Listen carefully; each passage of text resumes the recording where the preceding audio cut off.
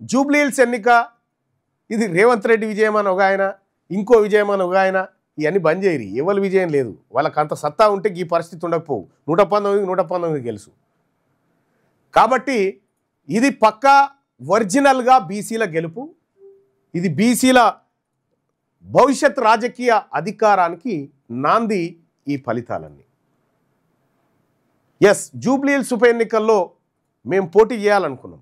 కానీ ఆ టైంకి మాకు ఇంకా పార్టీ నుంచి సింబల్ కానీ రిజిస్ట్రేషన్ ప్రక్రియ కానీ పూర్తి కాలేదు. సో అది కొంత ఆలస్యం జరిగిన మాట వాస్తవం. అయినప్పటికీ మా వర్గాల నుంచి ఉన్నటువంటి బిడ్డ గెలవాలనుకున్నాం. ఇవాళ ఇంకొక బీసీ బిడ్డ ఎక్కువైపోయాడు మాకు శాసనసభలో. We are happy. రెండోది, ఇక ఈ గెలుపుని తీసుకొని పోయి మహేష్ కుమార్ గౌడ్ బృందం పోయి ఎవరిని రాహుల్ గాంధీని కలిసింది.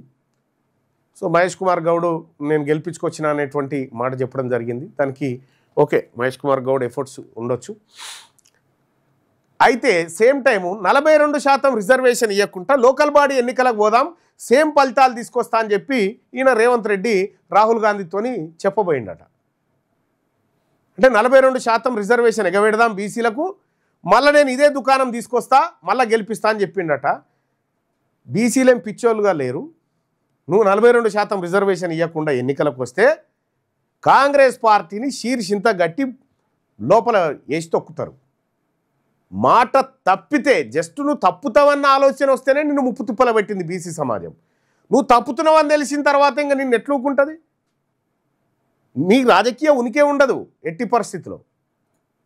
జరిగేటువంటి కార్యక్రమం అది.